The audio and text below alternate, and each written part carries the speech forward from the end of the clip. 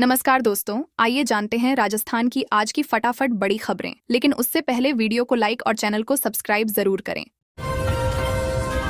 6,000 लोगों को फ्री में प्लेन से भेजा जाएगा। नेपाल। राजस्थान सरकार की वरिष्ठ नागरिक तीर्थ यात्रा योजना 2026 के तहत बुजुर्गों को धार्मिक यात्राओं का लाभ मिलेगा। देवस्थान विभाग ने आवेदन प्रक्रिया जल्द शुरू करने के निर्देश दिए हैं। इस योजना में 60 वर्ष या उससे अधिक आयु के लोगों को सरकारी खर्च पर यात्रा कराई जाएगी। करीब 50,000 यात्रियों को ट्रेन से और 6,000 वरिष्ठ नागरिकों को हवाई मार्ग से नेपाल के पशुपतिनाथ मंदिर भेजा जाएगा। आवेदक अपने जीवन साथी को साथ ले जा सकता है, जबकि 70 वर्ष से अधिक उम्र वाले सहायक भी ले जा सकेंगे। योजना का उद्देश्य आर्थिक रूप से कमजोर बुजुर्गों को तीर्थ यात्रा का अवसर देना है। नगर निगम ने 5 अनुपयोगी कियोस्क तोड़े। भीलवाड़ा शहर में बढ़ती अतिक्रमण और ट्रैफिक समस्या को देखते हुए नगर निगम ने सख्त कार्रवाई शुरू कर दी है। पुलिस लाइन स्थित शिव मंदिर के पास बने 5 जर्जर और अनुपयोगी कियोस्क को ध्वस्त किया गया। ये कियोस्क लंबे समय से बंद पड़े थे और इनमें असामाजिक तत्वों का जमावड़ा रहने लगा था, जिससे क्षेत्र में असुरक्षा और ट्रैफिक जाम की स्थिति बनती थी। स्थानीय लोगों की शिकायतों के बाद निगम ने जेसीबी मशीन की मदद से इन्हें हटा दिया। अधिकारियों ने बताया कि शहर में ऐसे कई और स्थान चिन्हित किए गए हैं, जहां पुराने ढांचे हटाने की कार्रवाई जल्द की जाएगी। नए जिलों में आरडीएस के लिए तय सीईओ पद का विरोध। राजस्थान में नए जिलों में जिला परिषद के सीईओ पद को लेकर विवाद बढ़ गया है। ग्रामीण विकास विभाग ने इन पदों को आरडीएस अधिकारियों के लिए आरक्षित करने का आदेश जारी किया है। इस फैसले का आरएएस एसोसिएशन ने विरोध किया और मंत्री डॉक्टर किरोड़ी लाल मीणा को पत्र लिखकर आदेश वापस लेने की मांग। एसोसिएशन का कहना है कि पहले से जिलों में सीईओ पद आईएएस और आरएएस के बीच संतुलित थे। नए आदेश से प्रशासनिक व्यवस्था प्रभावित हो सकती है और अधिकारियों में असंतोष बढ़ सकता है, इसलिए इसे पुनर्विचार की जरूरत है। जैसलमेर में 50 महिला स्वास्थ्य कार्यकर्ताओं को मिली स्कूटी। जैसलमेर में आकांक्षी जिला कार्यक्रम के तहत 50 महिला स्वास्थ्य कार्यकर्ताओं को इलेक्ट्रिक स्कूटी दी गई। ये स्कूटी नीति आयोग के फंड से खरीदी गई हैं। कार्यक्रम में विधायक छोटू सिंह भाटी और कलेक्टर अनुपमा जोरवाल मौजूद रहे। उन्होंने कहा कि कठिन भौगोलिक परिस्थितियों में काम करने वाली एएनएम को अब दूर दराज गाँवों तक पहुँचने में सुविधा होगी। इससे स्वास्थ्य सेवाओं में सुधार आएगा। साथ ही किशोरियों के एचपीवी टीकाकरण और सरकारी योजनाओं के बेहतर प्रचार प्रसार पर भी जोर दिया गया, ताकि ग्रामीण क्षेत्रों में जागरूकता बढ़ सके।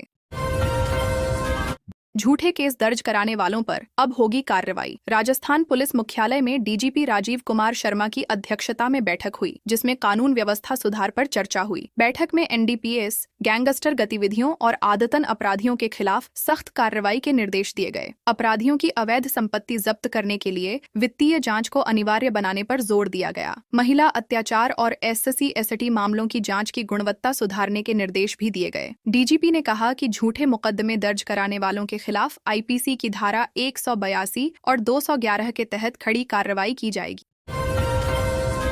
कांग्रेस नेता बोले पायलट पर बीजेपी प्रदेश प्रभारी की टिप्पणी गलत। जोधपुर में कांग्रेस नेता करण सिंह उचियार्डा ने भाजपा प्रदेश प्रभारी राधा मोहन दास द्वारा सचिन पायलट पर की गई टिप्पणी की आलोचना की। उन्होंने कहा कि ऐसे बयान राजनीतिक माहौल को खराब करते हैं और आपसी सौहार्द को प्रभावित करते हैं। उन्होंने भाजपा से ऐसे नेताओं पर कार्रवाई की मांग की। साथ ही उन्होंने शहर के विकास कार्यों में देरी पर भी सवाल उठाए। एलिवेटेड रोड और एयरपोर्ट टर्मिनल परियोजनाओं में देरी को लेकर चिंता जताई और कहा कि देरी से लागत बढ़ती है। हालांकि एक योजना में लागत घटने का उदाहरण भी सामने आया।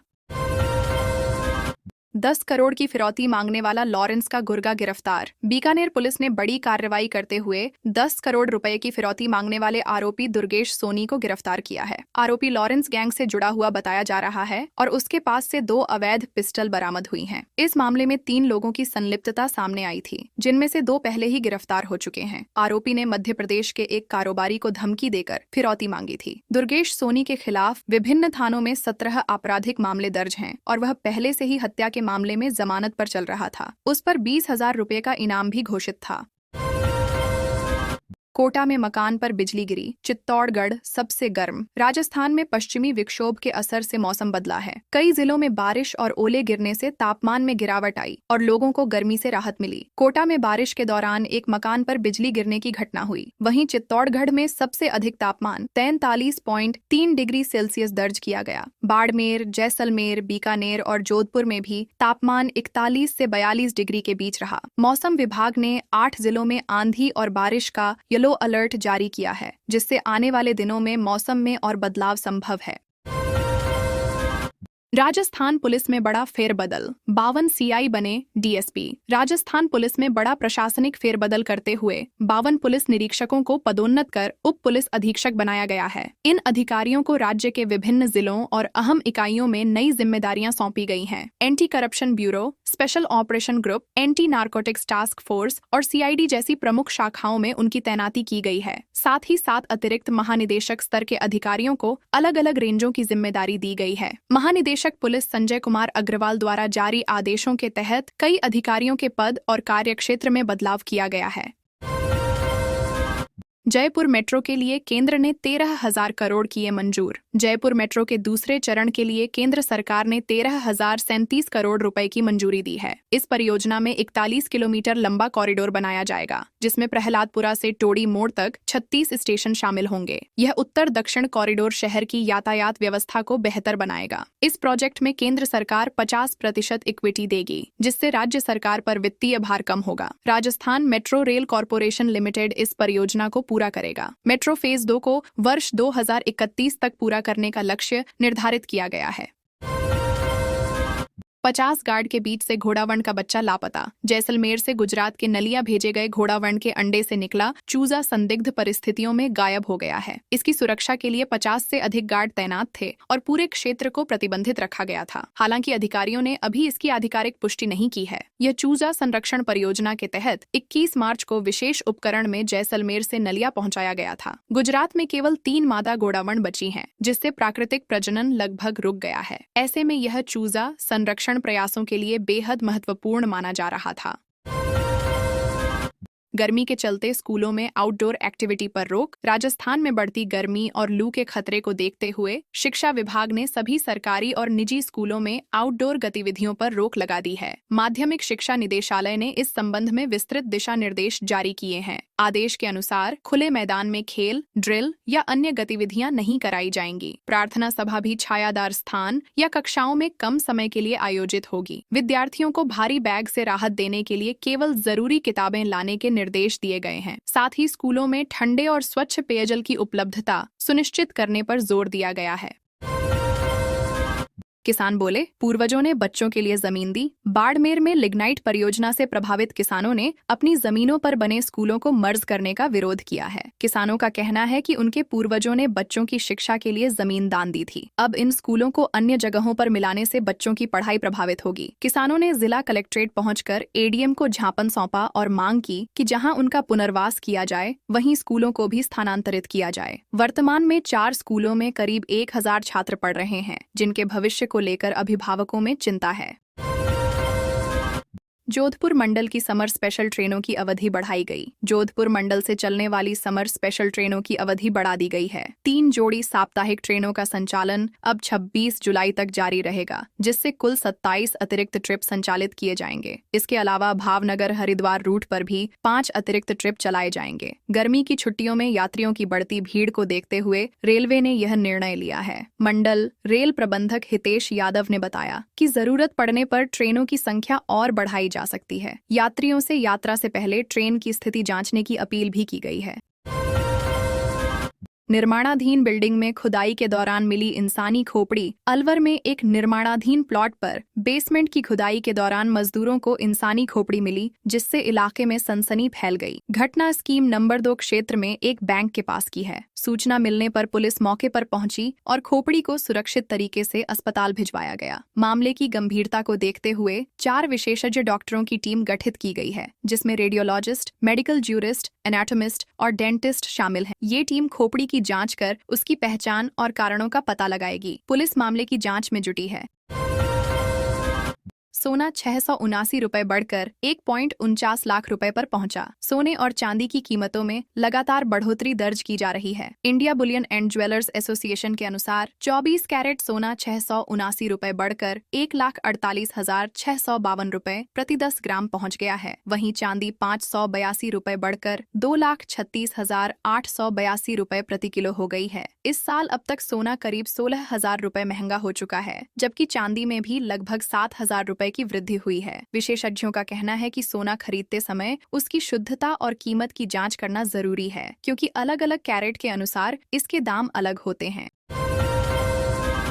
एमएसपी पर गेहूं खरीद की समय सीमा घटी। राजस्थान में गेहूं बेचने वाले किसानों के लिए बड़ा बदलाव किया गया है। भारतीय खाद्य निगम ने न्यूनतम समर्थन मूल्य पर खरीद की अंतिम तिथि 30 जून से घटाकर 31 मई कर दी है। इससे खासकर पूर्वी राजस्थान के जिलों अलवर, खैरथल, तिजारा, कोटपूतली, बहरोड, डीग, करौली और भरतपुर के किसानों पर असर पड़ेगा, जहां 16 मार्च से खरीद शुरू हुई थी। जिन किसानों की कटाई या तुलाई अभी बाकी है, उन्हें जल्द प्रक्रिया पूरी करने की सलाह दी गई है। एमएसपी का लाभ लेने के लिए 25 मई तक पंजीयन कराना अनिवार्य किया गया है।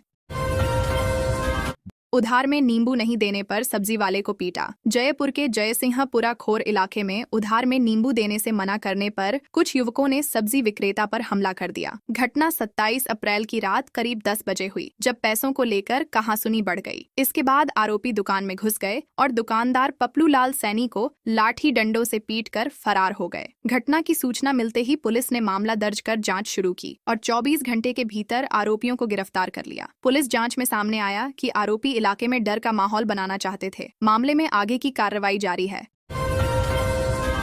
गर्मी की छुट्टी कम क्यों? राजस्थान के टीचर्स ने मांगा जवाब। राजस्थान में गर्मी की छुट्टियों को लेकर शिक्षक संगठनों और सरकार के बीच विवाद गहरा गया है। शिक्षक संघ का आरोप है कि नए शैक्षणिक कैलेंडर में ग्रीष्मकालीन अवकाश को कम कर दिया गया है, जिससे शिक्षकों और विद्यार्थियों में असंतोष है। संघ के प्रदेश अध्यक्ष डॉक्टर रणजीत मीणा ने बताया कि 7 अप्रैल को सभी जिला मुख्यालयों पर झापन देकर 17 मई से 30 जून तक छुट्टियां करने की मांग की गई थी। 30 अप्रैल तक कोई निर्णय नहीं होने पर शिक्षकों ने विरोध की चेतावनी दी है। उन्होंने शिक्षा मंत्री से जवाब मांगा है और आंदोलन की तैयारी भी शुरू कर दी है। नेग की राशि को लेकर दुल्हनों के घर पर हमला। धौलपुर जिले के चंदीलपुरा गांव में शादी के दौरान नेग की राशि को लेकर विवाद हिंसक हो गया। विदाई के समय नेग को लेकर दोनों पक्षों में कहासुनी हुई थी, जिसके अगले दिन दूसरे पक्ष के लोगों ने दुल्हनों के घर पर हमला कर दिया। इस हमले में दादा दादी सहित 5 लोग घायल हो गए। घटना के बाद गाँव में अफरा तफरी मच गई और इसका वीडियो भी सामने आया है। जानकारी के अनुसार वर पक्ष ने रस्मों के लिए 5100 रुपए का नेग दिया था, जिस पर विवाद हुआ। पुलिस मामले की जाँच कर रही है और आरोपियों की पहचान की जा रही है। राजस्थान में 1 मई से शुरू होगी जनगणना 2027। राजस्थान में जनगणना 2027 की प्रक्रिया 1 मई 2026 से शुरू होने जा रही है। मुख्यमंत्री भजन लाल शर्मा ने प्रदेशवासियों से इसमें सहयोग करने की अपील की है। इस प्रक्रिया को 2 चरणों में पूरा किया जाएगा। पहले चरण में 1 से 15 मई तक नागरिक स्वयं स्वगणना कर सकेंगे, जबकि दूसरे चरण में 16 मई से 14 जून तक जनगणना कर्मी घर घर जाकर आंकड़े एकत्र करेंगे। मुख्यमंत्री ने कहा कि सही और सटीक जानकारी देना बहुत जरूरी है, क्योंकि इससे भविष्य की योजनाओं और विकास कार्यों को दिशा मिलेगी। उन्होंने लोगों से जनगणना कर्मियों का सम्मान करने और सहयोग देने का आग्रह किया। दिल्ली मुंबई एक्सप्रेसवे पर चलती कार में आग, 5 जिंदा जले। अलवर जिले में दिल्ली मुंबई एक्सप्रेसवे पर एक दर्दनाक हादसा हुआ, जहां चलती कार में आग लगने से 5 लोगों की जिंदा जलकर मौत हो गई। घटना बुधवार रात करीब 11 बजे मौजपुर इलाके में हुई। कार में सवार परिवार वैष्णो देवी दर्शन कर लौट रहा था। आग लगते ही ड्राइवर बाहर कूद गया, लेकिन बाकी लोग फंस गए। फायर ब्रिगेड ने करीब 15 मिनट में आग पर काबू पाया, लेकिन कार में केवल हड्डियां ही मिली। प्रारंभिक जाँच में शॉर्ट सर्किट या CNG से आग फैलने की आशंका जताई गई है। पुलिस मामले की जांच कर रही है।